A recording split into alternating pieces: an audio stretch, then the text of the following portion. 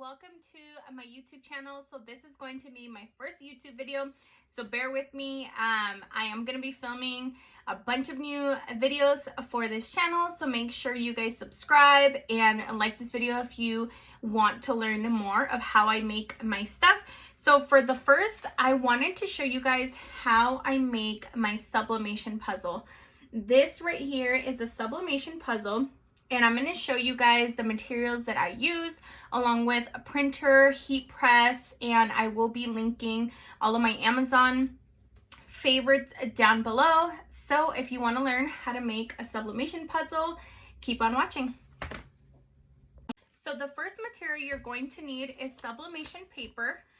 I have two sublimation papers here. They both work amazing. This one is heavier than this sublimation paper, which means it is thicker, but I tested both of them out. They both, the quality of both of them is identical to each other.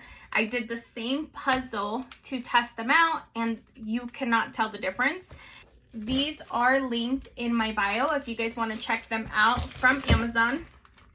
You're going to definitely need sublimation paper for the way that I do it. Some people don't use sublimation paper. They actually just use regular copy paper, but I have not tried that method. I'm going to stick to these two. So you are going to need a sublimation printer or a printer that has been converted into sublimation. This is my Epson 3760. I did convert it into sublimation, so it has sublimation ink in it. It was brand new out of the box. That's when you have to convert it. So this is what I use to print out all of my images for sublimation. This is my heat press. It is a 15 by 15. The tray does slide out. This heat press is my first ever heat press I've owned. It is from heatpressnation.com. I have had no issues. I've only had it for about 2 to 3 weeks, and so far it has been great. I already turned it on. I selected 350 for the puzzle, and I'm going to do it for 60 seconds.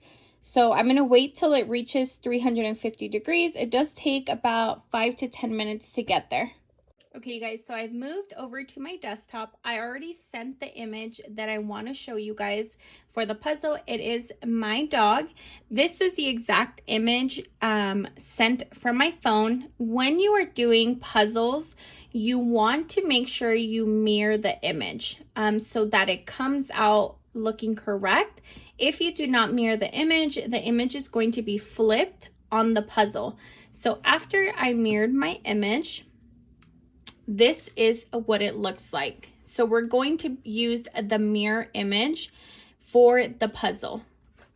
So now you want to hit print for your image. I'm going to do sublimation printer. That's how mine is labeled. I'm going to do the setting on photo on matte paper, since the sublimation paper is matte. And then my paper size is a letter. Now here, down here, you can scale it to fit better. I'm going to leave this because my puzzles are a little bit bigger than my actual paper, so a border is fine for mine. So after I'm done with my settings and messing with it, I'm going to hit print. Now I'm going to wait for my printer to print it out. I did forget to mention that my Epson for sublimation is always on premium matte as the setting. Okay guys, so my image is done. This is what it looks like. And this is on the sublimation paper. Now I'm gonna take my puzzle, and I get these from Amazon.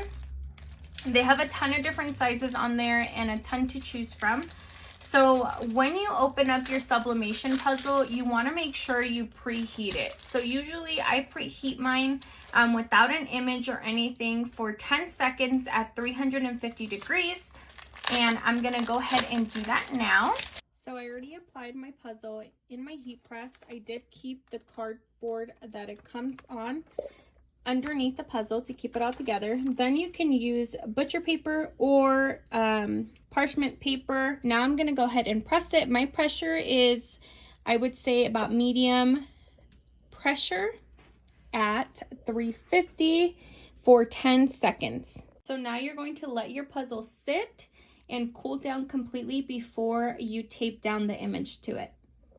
So now my puzzle is completely cooled off. I'm going to take some heat resistant tape. I got this from Amazon. I do have it linked. I will have it linked down below. And I'm going to take my image for the puzzle, center it however I'd like. Like I said, these puzzles are bigger than my actual paper, so I leave borders on the top and bottom, and we're gonna go ahead and tape this down.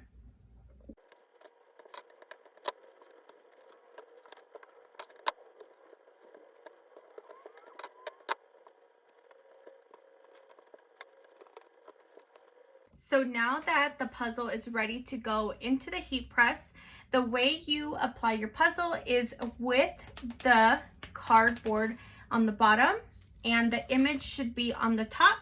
Once you apply it in the heat press, you're going to apply your butcher paper or parchment paper or any type of heat resistant paper on top of the puzzle and press it down at 350 degrees for 60 seconds. Now that you have removed your puzzle from your heat press, you want to let it cool down completely where you can touch it and it's no longer warm, just so that none of the colors move when you remove the image off of the puzzle.